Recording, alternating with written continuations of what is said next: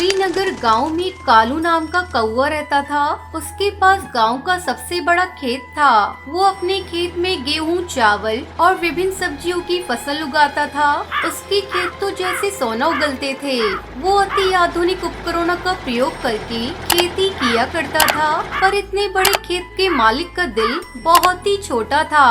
कालू कभी किसी की 1 रुपए की भी सहायता नहीं कर सकता था। एक दिन की बात है। मालिक, मेरी मजदूरी दे दीजिए। अरे कैसी मजदूरी? अरे अभी तक महीना कहाँ पूरा हुआ है? मालिक, 2 महीने होने को आए हैं, आपने मेरे पैसे नहीं दिए। अच्छा ठीक है, कल ले लेना अपनी मजदूरी। कालू किसान के खेत पर काम करने वाले मजदूर, पक्षी और चिड़ियाएं हमेशा परेशानी रहते थे।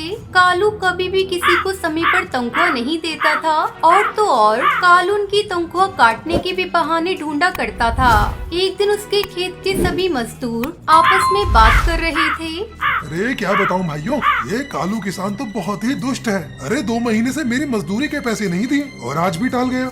मेरे बच्चे बहुत बीमार थे, इसलिए मैं कल थोड़ी देर से काम पर आई और इस बात के लिए उसने मेरे आधे दिन की तनख्वाह काट ली। मेरे पिताजी की तबीयत खराब थी और मैं तो एडवांस मांगने गया था, पर वो साफ मुकर गया। मुसीबत में हम जिनके घर काम करते हैं उनसे सहायता नहीं मांगेंगे तो किससे मांगेंगे?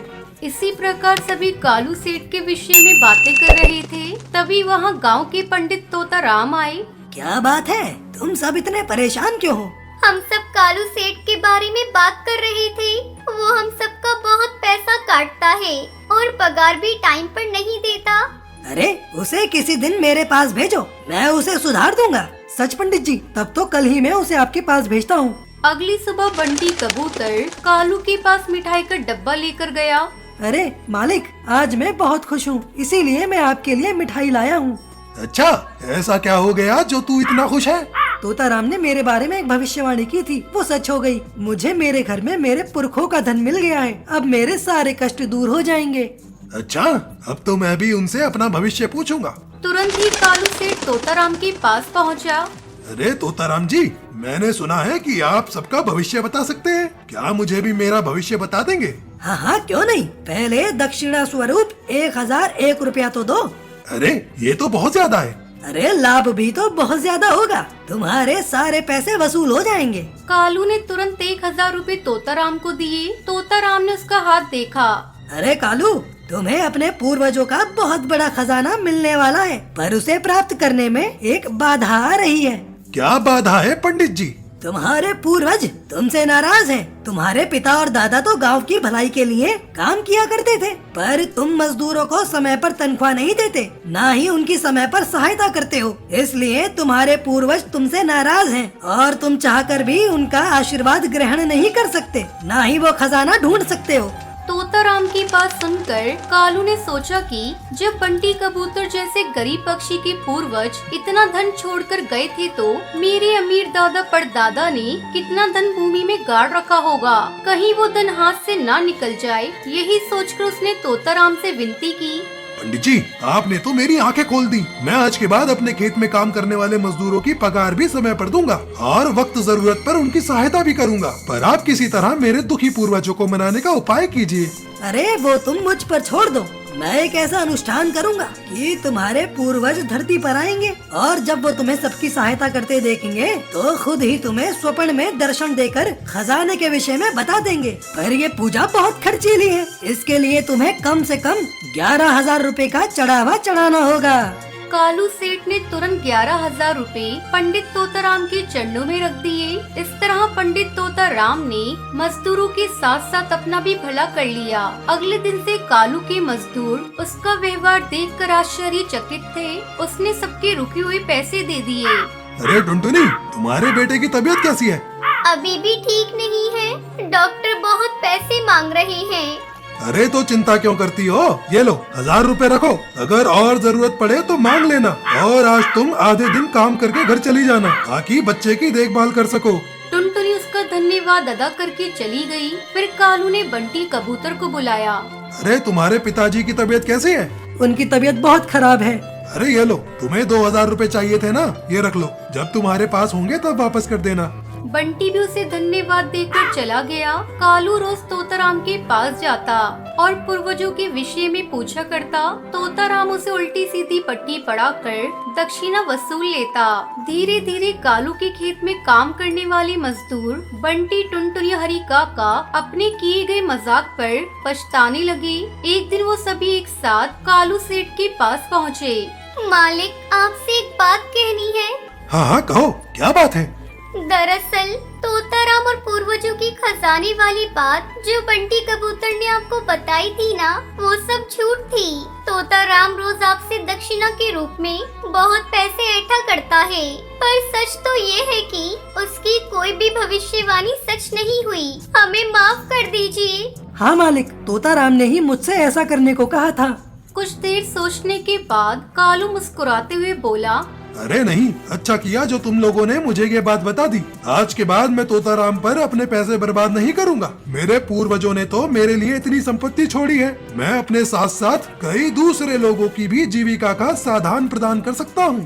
कालू सेठ ने उसके बाद भी अपने मजदूरों का ख्याल रखना जारी रखा, क्योंकि वो अपने पूर्वजों को खुश रखना चाहता था। ढोलकपुर नाम के घने जंगल में एक पीपल के पेड़ पर टुनटुनी नाम की चिड़िया अपना घोंसला बनाकर रहती थी। वो बहुत गरीब थी और किसी तरह अपनी गुजर बसर कर रही थी। उसका कोई मित्र नहीं था। उसके माता पिता की मृत्यु के बाद से वो सदा उदास रहने लगी। वो दाने की तलाश में इधर उधर जाती और जो कुछ मिल जाता उसी से वो अपना पेट भर लेती। हंसना मुस्कुराना तो जैसे वो जानती ही नहीं थी। एक दिन की बात है, टुनटुनी चिड़िया उदास बैठी थी, तभी उसे एक आवाज सुनाई दी। क्या बात है टुनटुनी, तुम हमेशा उदास क्यों रहती हो? तुम्हें उदास देखकर मुझे बहुत दुख होता है। अपने लिए ना सही, कम से कम मेरे लिए खुश रहा करो। अरे ये कौन बोला? यहाँ तो कोई भी नहीं है। फिर ये आवाज किसकी थी? तुम कौन हो? मेरे सामने आओ। अरे टुनटुनी, मैं तो तुम्हारे सामने ही हूँ। देखो, जिस नदी किनारे पर तुम बैठी हो, मैं उसी नदी में रहती हूँ। टुनटुनी ने चौंक कर नदी की ओर देखा तो देखती ही रह गई। वो सुनहरी मछली बहुत सुंदर थी और टुनटुनी को देखकर मुस्कुरा रही थी। बेचारी गरीब टुनटुनी से कभी किसी ने इतने प्रेम से बात नहीं की थी जैसे ही मछली कर रही थी। टुनटुनी ने खुश होकर कहा, ओह, तो ये तुम हो मछली। आज से पहले तो तुमने कभी मुझसे बात नहीं की, फिर आज अचानक तुम्हें मेरी याद कैसे आई?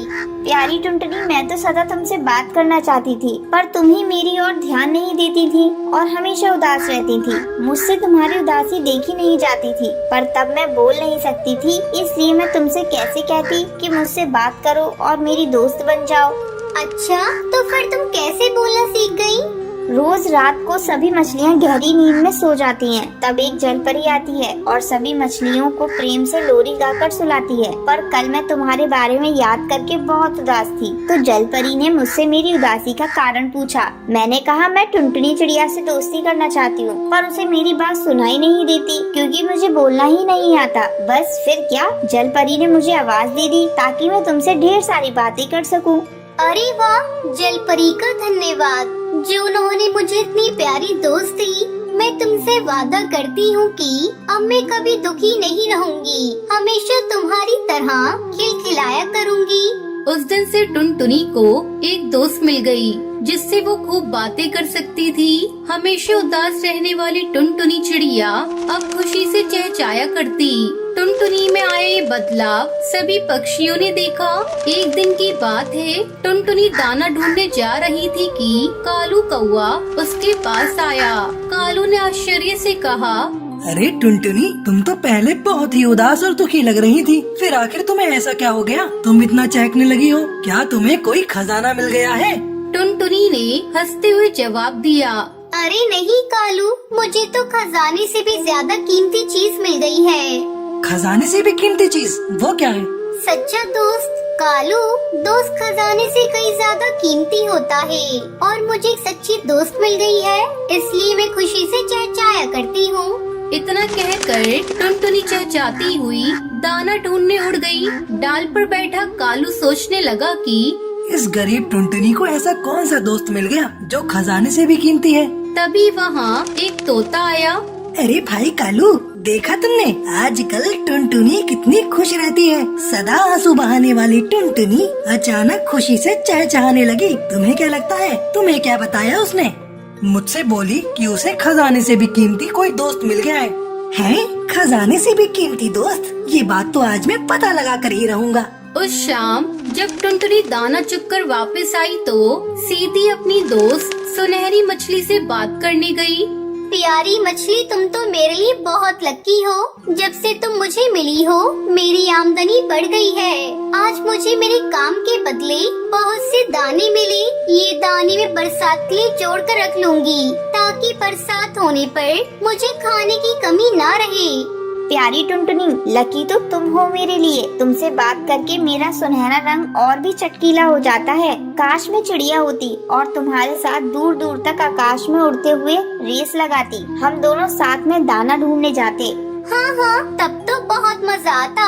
इस तरह बातें करते हुए टुनटुनी और सुनहरी मछली खिलखिलाकर हंस रहे थे। उन्हें नहीं पता था कि वहीं एक दूसरी डाल पर पत्तियों के पीछे छुपकर कालू कौआ और तोता भी उनकी बातें सुन रहे थे।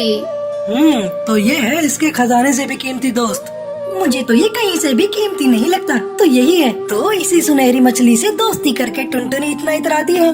मैं देखता हूँ ये कितने दिनों तक चलता है। पता नहीं टुनटुनी से उन दोनों को क्या दुश्मनी थी, जो वो दोनों ही उसे नुकसान पहुंचाने का अवसर ढूंढने लगे। एक दिन जब टुनटुनी चिड़िया दाना चुगने गई तो कालू और तोता दोनों नदी किनारे आए। प्यारी मछली, मुझसे भी बातें करो जैसे टुनटुनी से करती हो। पर मछली ने कालू कौवे की बात का कोई उत्तर ना दिया। लगता है मछली को तुम्हारी दोस्ती पसंद नहीं आई। अच्छा, तो तुम उससे बात करके क्यों नहीं देखते? शायद वो तुम्हारी दोस्ती पसंद कर ले। प्यारी मछली, मेरे खजाने से भी कीमती दोस्त, तुम कैसे हो? उन्होंने इंतजार किया पर नदी में से कोई आवाज नहीं आई। इस पर दोनों को बड़ा गुस्सा आया। अच्छा, तो ये घमंडी मछली सिर्फ टुनटुनी को अपना दोस्त मानती है, इसलिए हमसे बात नहीं कर रही है ये शायद। सही कहते हो कालू भाई, ये मछली भी टुनटुनी की तरह घमंडी है। इसे मजा चखाया जाए। इतना कहकर कालू कौवे ने नदी में एक जाल फेंका। फिर क्या था, उस जाल में वो सुनहरी मछली फंस गई। कालू कौवा और तोता दोनों मिलकर सुनहरी मछली को चोंच मारने लगे और उसे बुरी तरह घायल छोड़कर वहाँ से चले गए।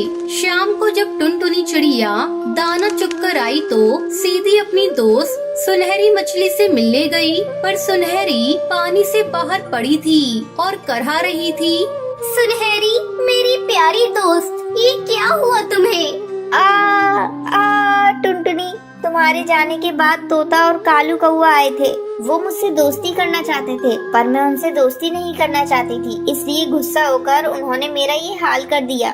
आखिर हमने उन दोनों को क्या बिगाड़ा था कि उन्होंने तुम्हारे साथ ऐसा किया? टुनटुनी, तुम बहुत भोली हो, इतना भी नहीं समझती हो। जो लोग बुरे होते हैं उन्हें बुराई करने के लिए किसी कारण की आवश्यकता नहीं होती। वो बस बुराई करने का बहाना ढूंढते हैं। मैं जानती हूँ कि जंगल में कोई भी पक्षी तुम्हारे जैसा सुंदर और अच्छे दिल वाला नहीं है, इसलिए मैंने सब कुछ छोड़कर तुम्हें अपना दोस्त बनाया। पर हमारा साथ बस यहीं तक था। नहीं, ऐसा मत कहो। अगर तुम मर गई तो मैं फिर अकेली रह जाऊंगी। मैं फिर और दुखी हो जाऊंगी। क्या तुम मुझे दुखी देखना चाहती हो? हाँ, बोलो। टुनटुनी ने रोते हुए सुनहरी मछली से पूछा, पर सुनहरी जा चुकी थी। टुनटुनी बहुत देर तक रोती रही। रात घिर आई पर टुनटुनी अपने घोंसले में नहीं गई। तभी कुछ देर बाद नदी से प्रकाश निकला और सुनहरी मछली पर पड़ा। रोशनी इतनी तेज थी कि टुनटुनी ने अपनी आंखें बंद कर ली और जब खोली तो उसके सामने एक सुंदर चिड़िया खड़ी थी। अरे ये क्या, तुम कौन हो? क्या हुआ टुनटुनी, तुमने मुझे नहीं पहचाना? मैं तुम्हारी दोस्त सुनहरी हूँ। जलपरी ने मुझे जीवन दान दिया है। उसने मुझे भी तुम्हारी तरह पंख दे दिए और अब मैं तुम्हारे साथ आकाश में दूर दूर तक उड़ सकूंगी और दाना चुनने जा सकूंगी। ये देखकर टुनटुनी चिड़िया बहुत खुश हुई। अब दोनों खुशी खुशी साथ रहने लगी।